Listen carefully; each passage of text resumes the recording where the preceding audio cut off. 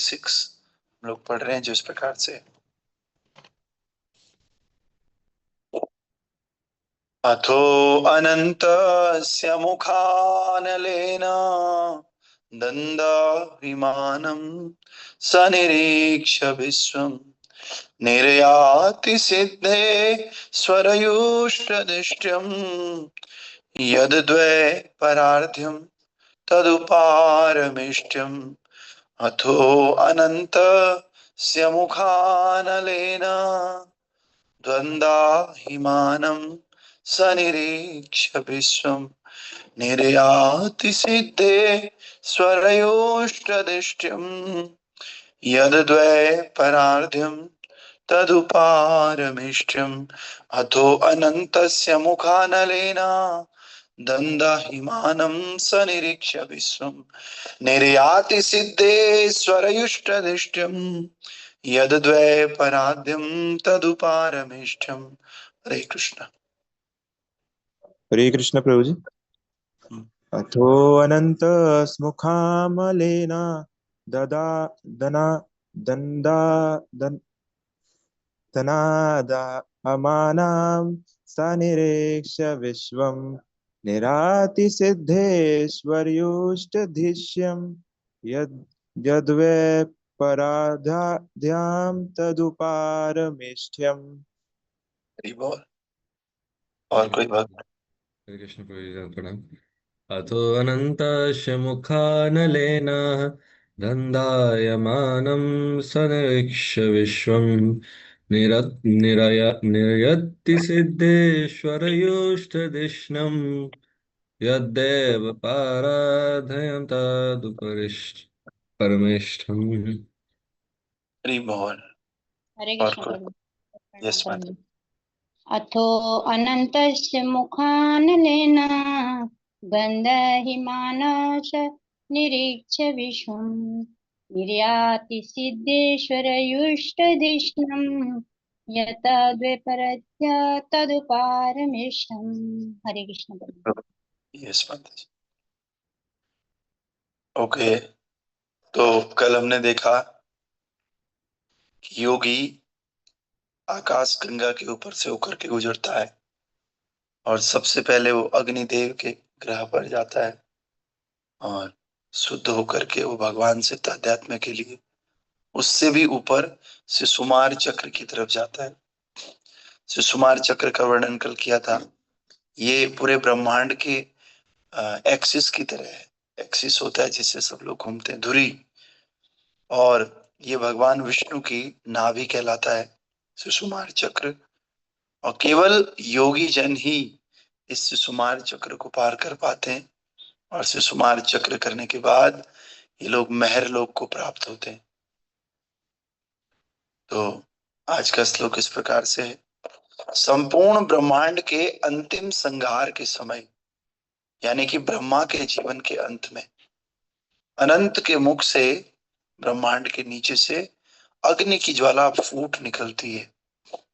योगी ब्रह्मांड के समस्त लोगों को भस्म होकर राख होते हुए देखता है और वह शुद्ध आत्माओं द्वारा प्रयुक्त होने वाले वायुयोनों द्वारा सत्यलोक के लिए प्रस्थान करता है। सत्यलोक में जीवन की अवधि 2 परार्ध अर्थात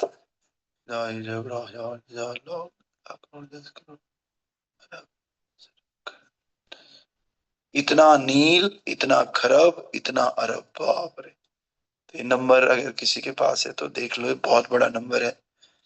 खरब से भी ऊपर ये है। इतने सौर वर्ष की अनुमानित की जाती है। महरलोक में कितनी थी? महरलोक में थोड़ा सा कम थी, 4 अरब 30 करोड़ वर्ष, है ना। और इसमें है, एक बार फिर से देखने दो।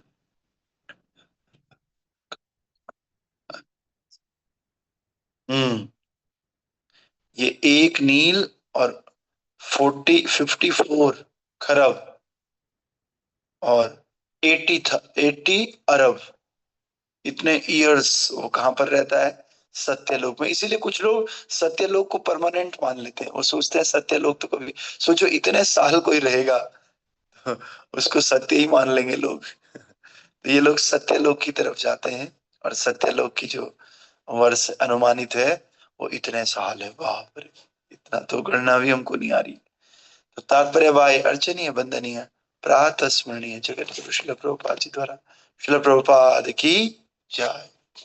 प्रभुपाद बताते हैं यहाँ ये संकेत किया गया है कि महरलोक जहां शुद्ध आत्माओं या देवताओं की आयु 4 अरब 30 करोड़ वर्ष अनुमानित की जाती है, वहां के निवासियों के पास वायुयान होते हैं जिनसे वे ब्रह्मांड के सर्वोच्च लोक सत्य लोक में पहुंचते हैं।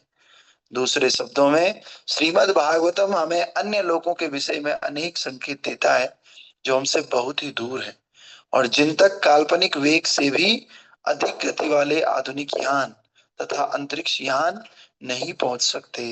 श्रीमद् भागवतम के इन कथनों को श्रीधर स्वामी, रामानुजाचार्य तथा वल्लभाचार्य जैसे महान आचार्यों ने स्वीकार किया। भगवान चैतन्य महाप्रभु तो श्रीमद् भागवतम को निर्मल वैदिक प्रमाण के रूप में मानते। अतएव कोई भी विचारवान व्यक्ति श्रीमद् भागवतम के कथनों की अवहेलना नहीं कर सकता, जबकि इसके प्रवचनकर्ता स्वरूप सिद्ध व्यक्ति श्रील सुखदेव गोस्वामी, जो समस्त वैदिक साहित्य के संकलन करता, अपने पिता श्रील व्यास देव के पद चिन्हों का अनुसरण करने वाले। व्यास देव जी का नाम आज आया, आज वृंदावन दास ठाकुर इनका भी अपीयरेंस है। तो वृंदावन दास ठाकुर भी जो है इनको भी श्रीमद् चैतन्य भागवतम के व्यास कहा जाता है।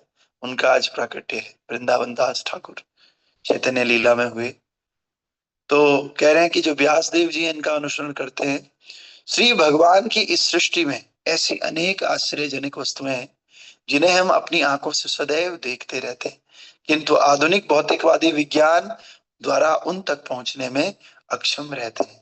अतएव हमें वैज्ञानिक परिधि से परे की वस्तुओं को जानने हेतु भौतिकवादी विज्ञान के खंडित प्रमाण पर निर्भर नहीं रहना चाहिए। सामान्य व्यक्ति को आधुनिक विज्ञान तथा वैदिक विद्या दोनों ही केवल स्वीकार कर लेना पड़ता है, क्योंकि वह न तो आधुनिक विज्ञान की और न ही वैदिक साहित्य के एक कथन की भी जांच कर सकता है।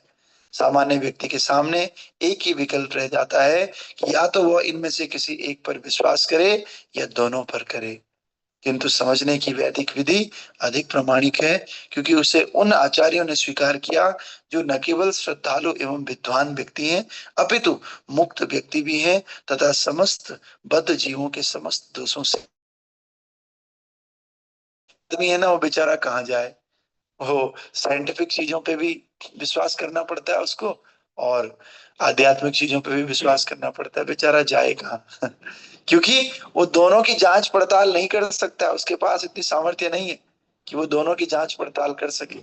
तो कह रहे हैं उसके पास दो ही ऑप्शन है, या तो वो एक पे विश्वास करे दूसरे को नेग्लेक्ट करे, या तो वो दूसरों को ही दोनों को ही थोड़ा थोड़ा मान ले।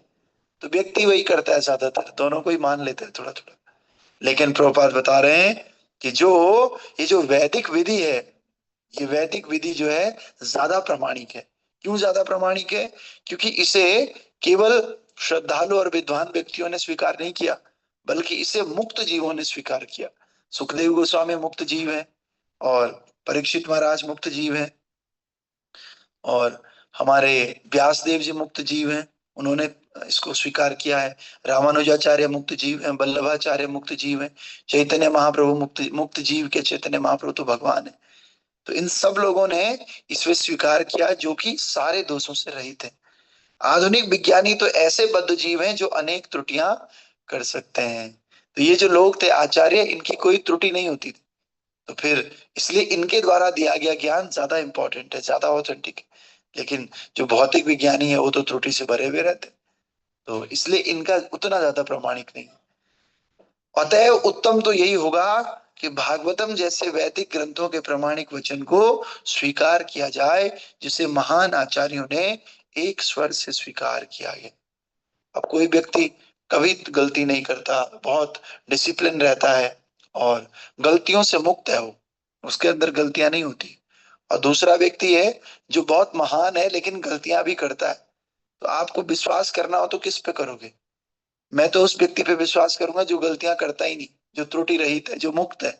गलतियों से। इसी प्रकार दो ज्ञान आपके सामने, एक ये भौतिक ज्ञान है जो कि वैज्ञानिकों द्वारा दिया गया है, और एक आध्यात्मिक ज्ञान है जो मुक्त जीवों द्वारा दिया गया है। किस पे विश्वास करना चाहिए? प्रभुपाद जी कह रहे हैं कि ये मुक्त जीवों द्वारा दिया गया ज्ञान ज्यादा प्रामाणिक है। अगले श्लोक में प्रभुपाद जी कहेंगे, कल हम देखेंगे, न यत्र शोको न जरा न मृत्यु नार्तिन्न चादये गरिते कुतुषि यच्चित्तदो यत्कृपयानिन्द विन्दा दुरंत दुःख प्रभाव दर्शनात्। और वो सत्यलोक, वहां न तो मृत्यु है, न शोक है, न बुढ़ापा है, वहां किसी प्रकार की वेदना नहीं है, जिसके कारण किसी भी तरह की चिंता भी नहीं है। हाँ, कभी कभी चेतना के कारण उन लोगों पर दया उमड़ती है जो भक्ति योग से अवगत न होने से भौतिक जगत के दुर्लभ कष्टों को भोग रहे हैं।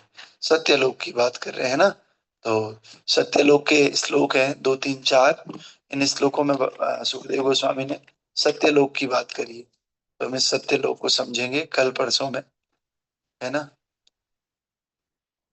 तो आइए, आज जैसे कि हमने आपको बताया कि आज वृंदावन दास ठाकुर का क्या है,